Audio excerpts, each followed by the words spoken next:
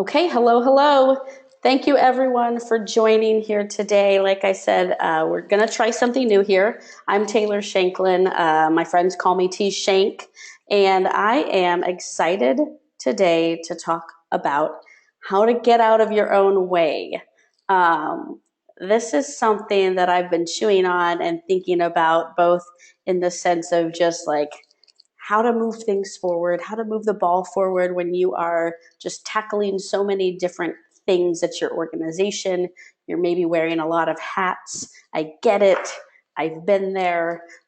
We've been there. And so we want to talk about how to kind of like move beyond that, especially around the area of online fundraising. So get out of your own way. We're going to call it Gooyow. So hashtag Gooyow on Twitter if you're interested. For those of you not familiar with Kimbia here, online fundraising is our jam. Me personally, I've been doing online fundraising for the past decade, working specifically in nonprofit technology with hundreds of organizations doing all different types of online fundraising campaigns. And so I want to talk to you today about getting started with the basics with the donation form and getting the donation form on your website right. So that's just a little bit about what we're doing here. My favorite things are coffee. I've got my Kimbia coffee mug. Like I said, if you want one, hit me up afterwards. I'll send you one in the mail. Love chocolate, and I love watching digital trends. Follow us on Twitter at Kimbia Inc., and you can follow me at T-Shank Cycles. All right, so let's get into it. All right, I want to bring practicality here.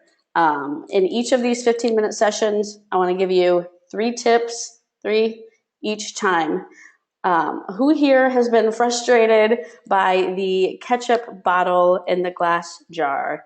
It's beautiful, it looks nice, but when it comes down to practicality, the plastic bottle that's upside down that you squirt just works better.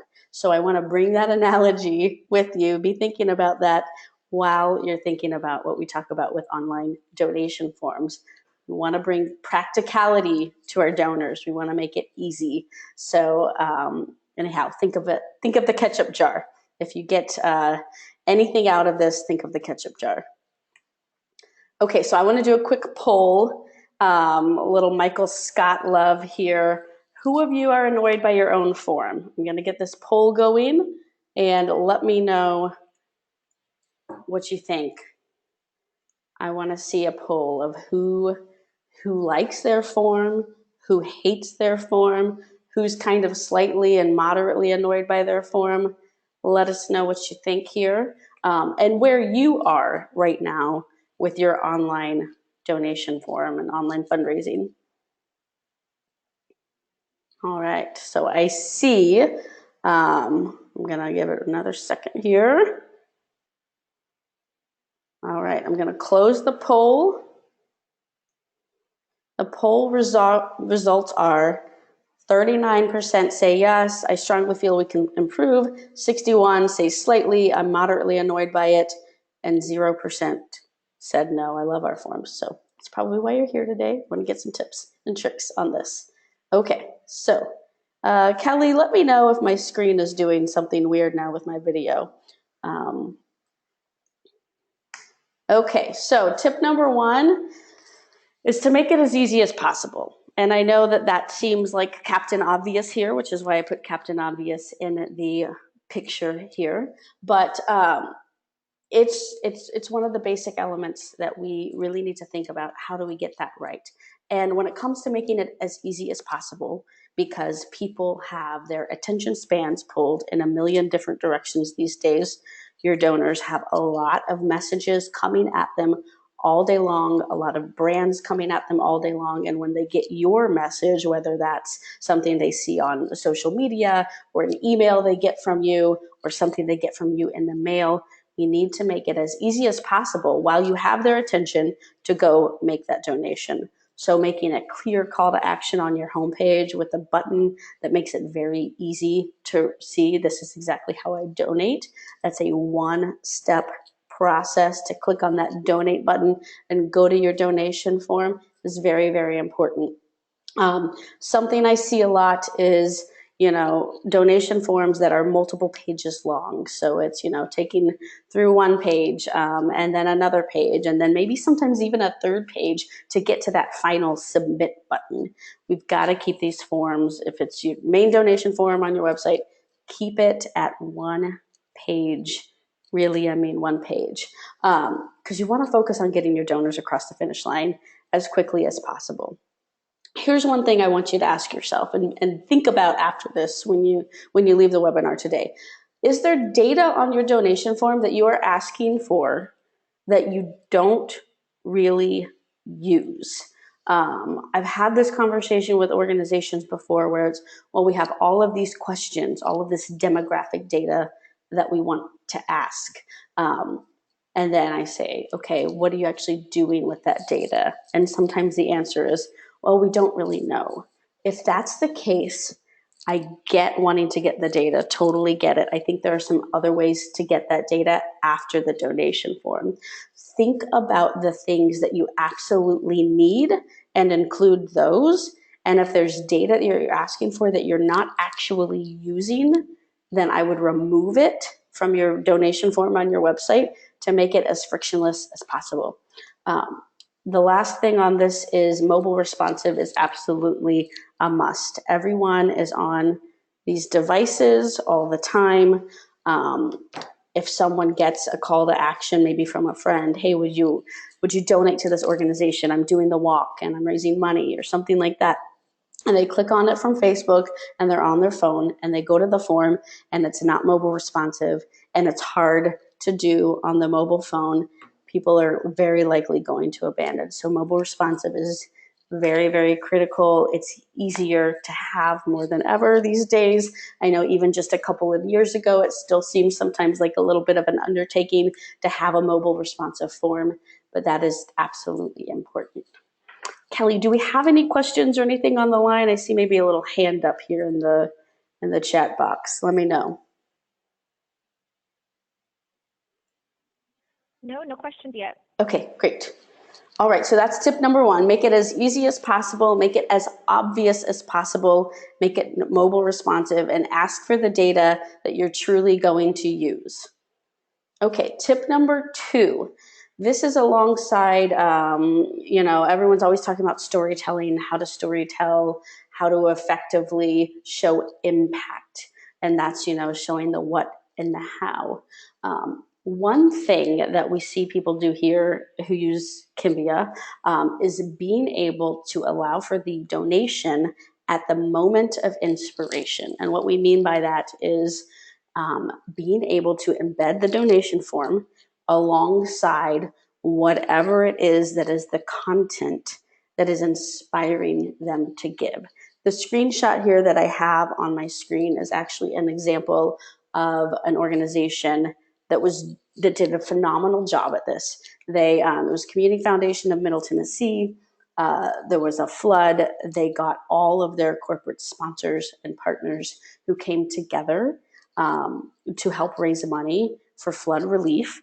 And they embedded, you can see over here, the donation form right over here on the website where there was all of this content going on around how they were raising money for flood relief.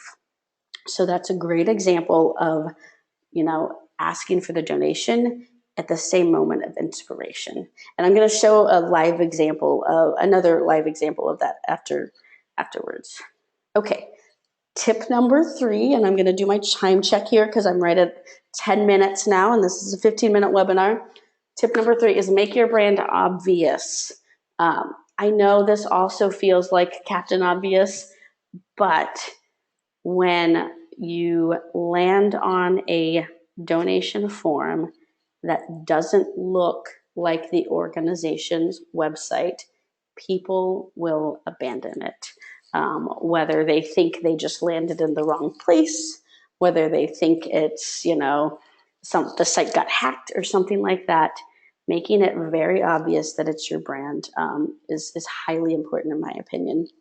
So again, trying to do the best you can. If you are using a system that makes you click out to another tool and you have to mimic your existing website for your organization, do everything you can to make it look exactly like your website.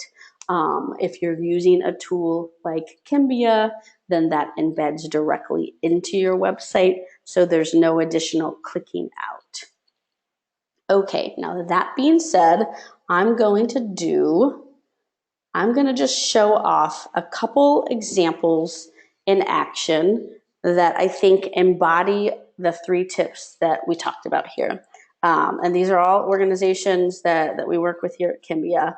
I love Casa of Travis County and what they're doing because, again, big bright pink donate button. When you click on donate, it doesn't take me to a page with additional ways to donate. It's a one-step click that takes me immediately to the donation form. You see I'm scrolling down. They've got pictures of the kids that they're serving and helping. Again, it's that donating at the moment of inspiration. It's telling a little bit more about their story and what they do. And it's also a one-page form. They have some additional questions in here, but it's actually not, it's not too much at all. It's very reasonable, and I think they do a great job. They also have this ability to very clearly give the donor the option to make a one-time gift versus a monthly gift or a quarterly gift or a yearly gift. So I love this example because it's easy, it's one step, it's streamlined, and it has the inspiration here right alongside the donation form. Another example that I love is another organization we work with that's also here in Austin, KLRU, and I love their donation form because, again, one click to donate.